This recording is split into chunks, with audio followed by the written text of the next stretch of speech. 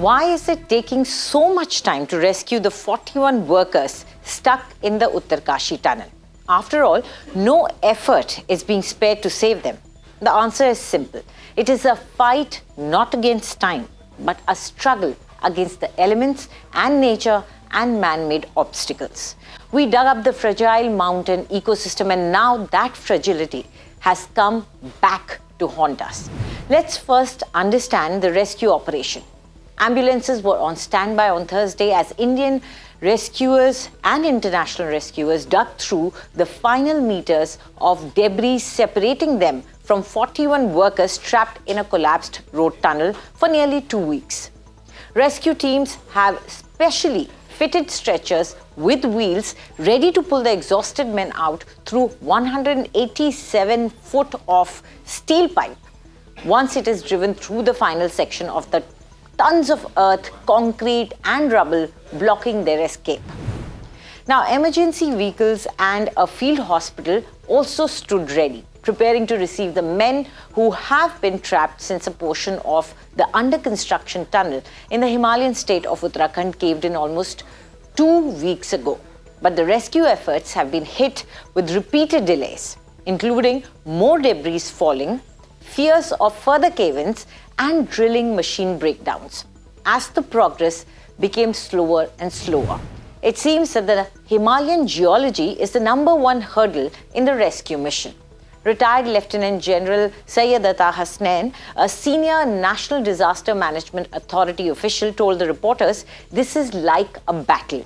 You cannot put a timeline on it. In battle, you don't know what the enemy is going to do. Here, the land is your enemy. Himalayan geology is the enemy. It is very challenging work." Experts have warned about the impact of extensive construction in Uttarakhand, large parts of which are prone to landslides. Despite that, many such projects are underway. President of the International Tunneling and Underground Space Association, Arnold Dix, arrived at the Silkyara Tunnel in Uttarkashi on 20th November to join the rescue operation. He reached there as a part of a team of international experts of tunneling. He believes this is a moment that the whole world will learn from. The site preparations have been done, and the only reason that they're not occurring concurrently at the moment is that we are making sure that any one rescue mission doesn't compromise either the safety of the men who are in the mountain or the safety of the people who are performing the rescue. This is a question of course, government policy, and questions of policy are always hotly debated, with people throwing themselves on their swords, whichever particular position that they want. In my view, in a world where we know that we're suffering the effects of climate change and we're seeing different intensity and different nature storm events, what we also are noticing is that surface roads are failing badly, particularly in fragile environments. So the advantage of the tunnels, even in a fragile environment like this, is that you need so much less road because you can make the connections efficiently. I always like to see things done better, and I think what we'll see from this event is that India and the world will learn some new lessons and will do it better. And I think that's one of the signatures of a civilized society, that we can make a mistake, say like whatever a mistake, and learn from it. It is going to take as much time as it needs, and that's a luxurious position. You know, normally when I'm responding to a rescue, there's something flooding, or we're running out of oxygen, or something terrible is happening. What's terrible happening here? Okay, they're stuck. That's not nice, and they've been stuck there a long time. But they're warm, they're fed, they've got medicine, we can see they're well. Actually, this is like a gift. And it's a gift that I've never seen before, where we have the time to, amongst ourselves, develop appropriate, considered, risk management-based strategies to get them out safe. And my sense is we're going to see 41 men safely out. In case the route through the main tunnel entrance does not work, rescuers have also started blasting and drilling from the far end of the unfinished tunnel, nearly half a kilometer long. Preps have also been made for a risky vertical shaft directly above. Let's understand here, there are a handful of instances where people have been rescued after weeks of being trapped underground. So let's take a look at some of these instances that gathered world headlines. First up is the case of the 12 children and their football coach who spent 18 days in a water-filled cave in Thailand before being rescued.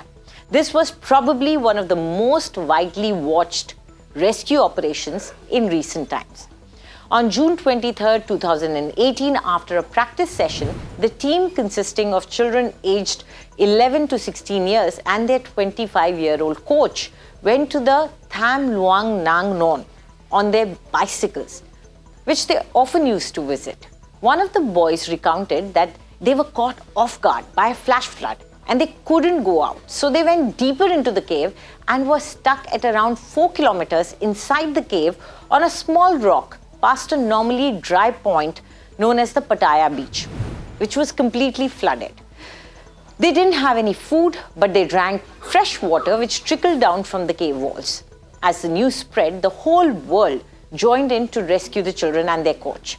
US Air Force rescue specialists and cave divers from the UK, Belgium, Australia, Scandinavia, and several other countries joined in the rescue operation. The Thai rescue mission presented a unique challenge. Oxygen supply was dwindling inside the cave, and any rescue would require maneuvering through tight underwater crevices. It took sedation of the boys and more than 2 hours of blind underwater maneuvering of the divers to get each child out. It is probably the most complex rescue operation ever. The rescuers finally rescued all the children and the coach from the cave on July 10th after 18 days. In the longest ever rescue operation till date, 33 miners were rescued from a copper gold mine in Chile after 69 days. On the afternoon of August 5th, 2010, the people working in the mine faced their worst nightmare when the main ramp collapsed, trapping all 33 people 2,300 feet underground. They had little food and an empty medical box with them. The miners starved for 18 days before food and water could be sent to them. As the rescue mission started, experts from NASA and Chilean Navy submarine specialists also joined the efforts. 3 types of drilling equipment was used to simultaneously execute Plan A, B, and C. One drill was what was used for drilling ventilation shafts in mine.